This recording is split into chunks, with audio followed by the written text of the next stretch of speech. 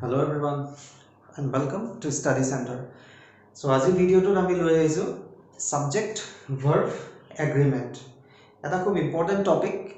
ইতিমধ্যে আপোনালোকে জানে যে subject কাক কয়, কোন কোন বিলাক subject হয়, noun, pronoun, gerund আৰু infinitive. এই গোটেই কথাখিনি আমি আগৰ ভিডিঅ'ত ডিসকাস কৰিছিলো। আশা কৰিছো আপোনালোকে চাগে এই ভিডিঅ'বোৰ চাইছে আৰু যদিও চোৱা নাই তেতিয়া এই প্লেলিষ্টতে আছে, চেনেলৰ প্লেলিষ্টত আছে, তাত গৈ পেলাই আপোনালোকে চাব পাৰিব। So আজি টপিকটো লৈছো subject verb agreement. এটা subject verb agreement from exams point of view এটা বহুত important topic হয়। Generally আমাৰ competitive exams বা কোনোবা school exams of multiple choice questions এত এনেকুৱা কি হয় এই question বিলাকে খুব আমাক confuse কৰিবলৈ চেষ্টা কৰে। এটা subject verb agreement ইয়াৰ meaningটো কি, অৰ্থটো কি? Subject verb agreement মানে হৈছে কি subject আৰু verbৰ মাজত থকা বুজাবুজিটো। তাৰ মাজত যেটো থাকে চুক্তিটো, কাৰণ সেন্টেন্স এটা সাবজেক্ট থাকিব, ভাৰ্ব থাকিব আৰু অবজেক্ট থাকিব বা কমপ্লিমেন্ট থাকিব। এটা এই সাবজেক্ট আৰু ভাৰ্বৰ মাজত যেটো আন্ডাৰস্ট্যান্ডিং according to subject verb sits, সাবজেক্টৰ অনুযায়ী ভাৰ্ব বহে। এতিয়া সাবজেক্ট ভাৰ্ব এগ্ৰিমেন্টত আমি সদায় দুটা বস্তু কনসিডাৰ কৰো। ফাৰ্স্ট হৈ গল কি টাইপ অফ দা সাবজেক্ট, সাবজেক্টটো কি পারসন হয়, মানে ফার্স্ট পারসন হয়, সেকেন্ড পারসন হয় বা থার্ড পারসন হয়, আৰু number of the person singular number না প্লুৰাল নাম্বাৰ। এই দুটা বস্তু কনসিডাৰ কৰি পেলাই আমি ভাৰ্বটো হেমতে বহুৱাও আৰু হেতুকে কোৱা হয় সাবজেক্ট ভাৰ্ব এগ্ৰিমেন্ট। সো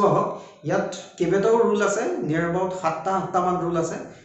আজি এই ভিডিওটোত মাত্ৰ আমি দুটা ৰুলে ডিসকাস কৰিম, কাৰণ ইয়াতকে বেছিক কৰিবলৈ হলে ভিডিওটো বহুত দীঘলীয়া হৈ যাবগে।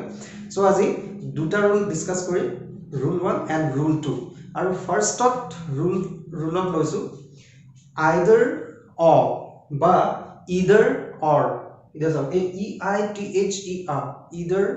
বা either দুইটা pronunciation শুদ্ধ, ঠিক তেনেকৈ neither বা neither দুইটাই শুদ্ধ, ইয়াতো কোনো কনফিউজ কৰিব নালাগে।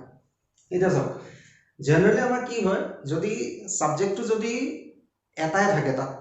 সাপোজ যদি আমাৰ নাউন এটাই আছে সাবজেক্টিভ পাৰ্টত বা প্ৰনাউন এটাই আছে সাবজেক্টিভ পাৰ্টত, তেতিয়া কি হয় আমাৰ কনফিউজন নাথাকে, ভাৰ্বটো হেমতে আমি ইউজ কৰিব পাৰো। জেনাৰেলি সাপোজ আই আছে, আই লগত জেনাৰেলি আমি এম বা ওয়াজ ইউজ কৰিম, ঠিক আছে। সাপোজ ইউ আছে, ইউ লগত জেনাৰেলি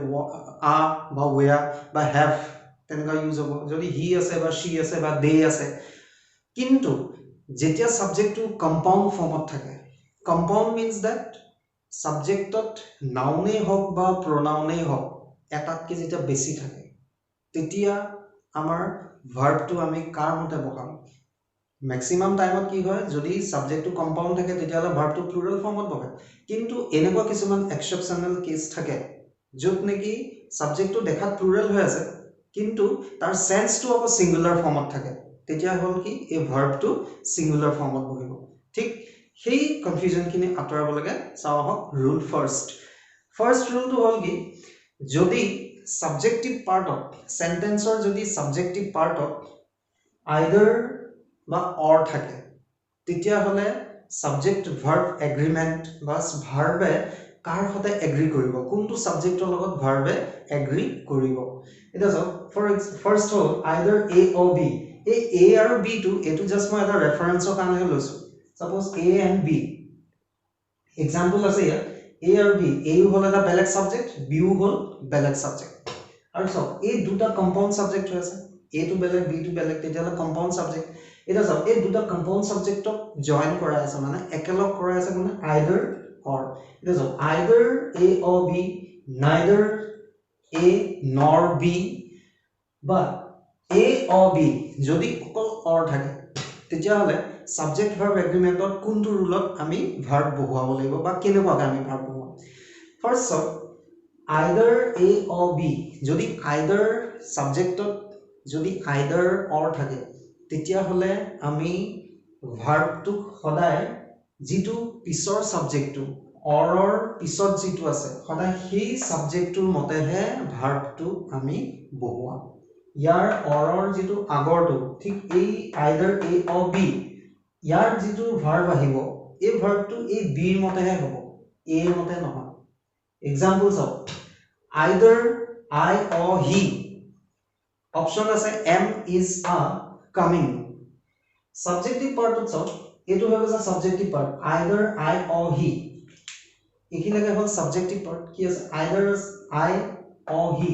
মই নহবা he am is a coming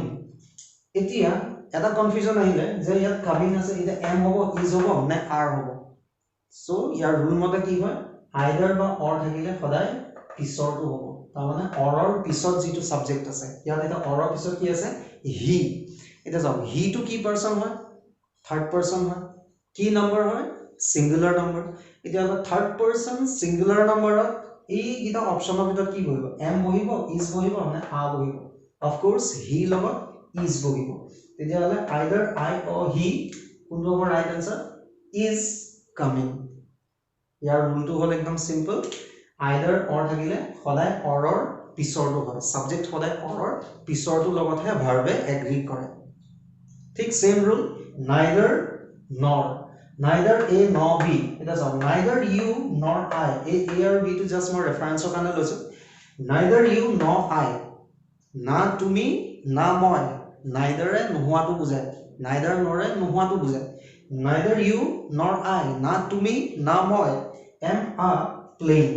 এটা চাও ইয়াত কোনটো হ'ব তেতিয়া নাইদাৰ ইউ নৰ আই এই নৰৰ পিছৰটো ইমিডিয়েট যেটো পিছত আছে নৰৰ আই টু ইয়াত এটা ভাৰ্ব এই এম আৰু আৰ ৰ ভিতৰত কোনটো কাৰ লগত বহিব আই লগত কোন বহিব এম বহিব তেতিয়ালে ইয়াত কি হ'ব আই সো নাইদাৰ নৰ আইদাৰ অৰ বা যদি অকল অৰ থাকে তেতিয়ালে এটা কথা আমি কনফাৰ্ম জানিব লাগিব যে সাবজেক্ট সদায় পিছৰটোৱে যেটো অৰ বা নৰৰ পিছত যেটো থাকে হিহে ভাৰ্বৰ লগত এগ্ৰি কৰে বা ভাৰ্বে পিছৰ সাবজেক্টৰ মতেহে এগ্ৰি কৰে ঠিক আছে সো ইয়াতে ৰুল নম্বৰ 1 টো হৈ গল আইদাৰ অৰ নাইদাৰ নৰ সো সিম্পল হয় নেক্সট আহক এন্ডৰ লগত এতিয়া কম্পাউণ্ড সাবজেক্ট এটা যেতিয়া এন্ডে জয়েন কৰি ৰাখিব এন্ড থাকিলে আমি কেতিয়া সিঙ্গুলাৰ সাবজেক্ট বুলি ধৰি বা কেতিয়া প্লুৰাল সাবজেক্ট বুলি ধৰি আশা কৰো আপোনালোকে আইদাৰ অৰ নাইদাৰ নৰ আৰু অৰ এটো সাকে বুজি পালে সো নেক্সট এটা চাওক যেতিয়া কম্পাউণ্ড সাবজেক্ট এটাত এম থাকিব সাবজেক্টিভ পাৰ্টত মানে এন্ডে যেতিয়া জয়েন কৰি ৰাখিব তেতিয়া সেই সাবজেক্টিভ পাৰ্টক আমি কম্পাউণ্ড সাবজেক্ট বুলি কওঁ ডেফিনেটলি তাত নাউনে হওক বা প্ৰনাউনে হওক এটাতকে বেছি থাকিব লাগিব এটো চাওক compound subjects with and A and B and its exceptions এতিয়া এন্ড যদি থাকে এন্ডে সদায় কি কৰে সাবজেক্টক কি জয়েন কৰে বা যি দুটা সেন্টেন্স থাকে ফ্ৰেজ থাকে বা সাবজেক্টিভ পাৰ্ট থাকে তাক সদায় জয়েন কৰে আৰু জয়েন কৰা বুলি ক'লে আমি ভাবো যে আমাৰ মাইন্ডত এটা থাকিব যে সদায় কি প্লুৰাল ফৰ্মত যায় অফ কোৰ্স কি যায়ও প্লুৰাল ফৰ্মত কিন্তু এক্সেপশনস কিছুমান এক্সেপশন আছে ইয়াত ফাৰ্স্ট সাইনস অফ এন থাকিলে কি হয় first Robi and Ankit are playing এটা যাওক ৰবি সাবজেক্টিভ পাৰ্টত ৰবি আছে এণ্ড অংকিত এতিয়া ৰবি এণ্ড অংকিত দুইজন বেলেগ বেলেগ ব্যক্তি দুইজনৰ আইডেন্টিটি বেলেগ হয় ৰবিৰ অস্তিত্ব বেলেগ অংকিতৰ অস্তিত্বও বেলেগ সো সাবজেক্টত এই দুজন মানুহৰ কথা কৈছে ৰবি এণ্ড অংকিত তেতিয়ালে সাবজেক্টটো কি হ'ব প্লুৰাল ফৰ্মত আছে এণ্ড মানে প্লুৰাল কৰি ৰাখিছে because they both have different or separate identity তেওঁলোকৰ চিনাকি বা তেওঁলোকৰ অস্তিত্বটো বেলেগ বেলেগ সো ডেফিনেটলি হেতু মানে এন্ডে যেতিয়া দুজন বেলেগ বেলেগ আইডেন্টিটিৰ কথা ক'ব সাবজেক্টিভ পাৰ্টত লাগিলে কি প্ৰনাউনে হওক বা নাউনে হওক তেতিয়া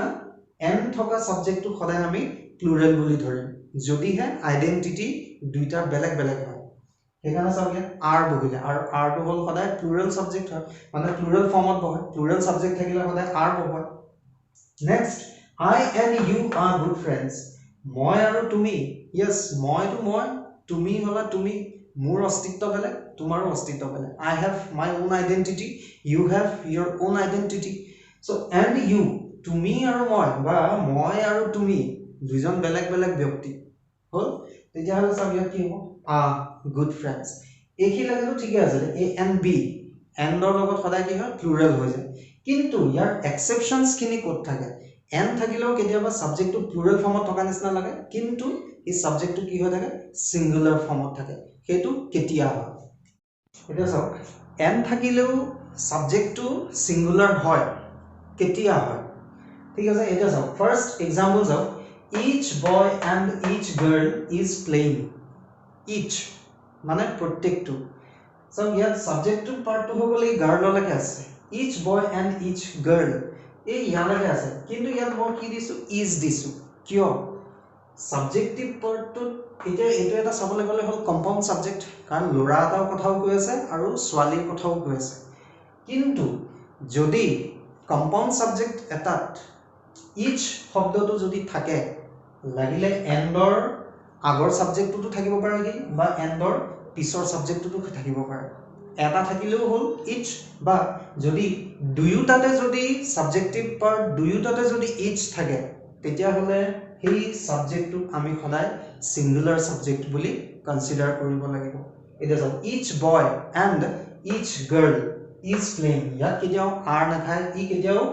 প্লুৰাল সাবজেক্ট নহয় ই হল সদায় সিঙ্গুলাৰ সাবজেক্ট ঠিক আছে বা এনেকুৱা যদি হল হেতেন each boy and girl suppose a each to জনিবা নাই suppose a each to জনিবা নাই suppose ধৰি লওক a each to নাই তেতিয়াও কি হল হেতেন each boy and girl is তেতিয়াও is এ হল হেতেন কাৰণ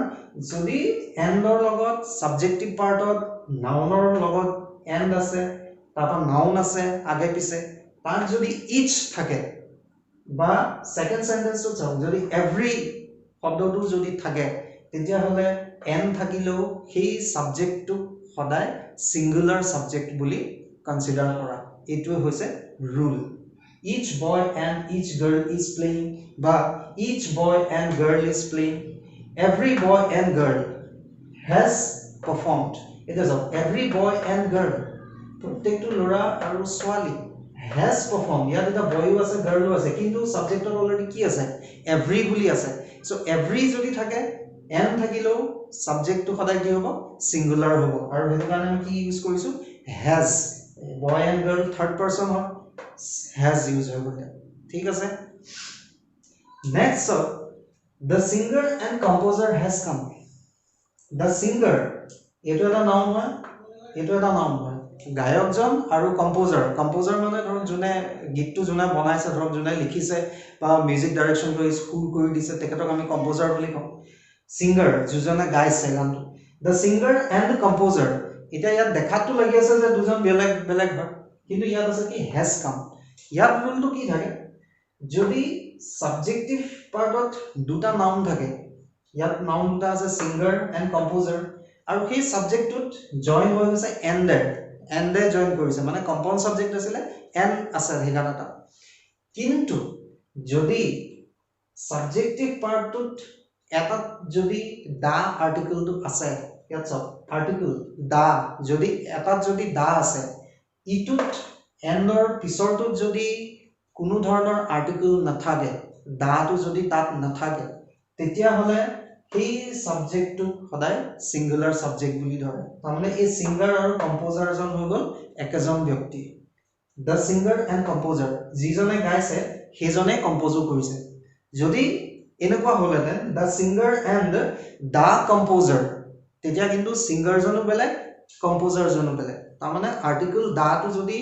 এই দুইটা নামতে আমি লগাই দিলোহেতেন তেতিয়া কিন্তু এই সাবজেক্টটো প্লুৰাল হৈ গলহেতেন তেতিয়া ইয়াত has নবহাই ইয়াত বহাবলোহেতেন have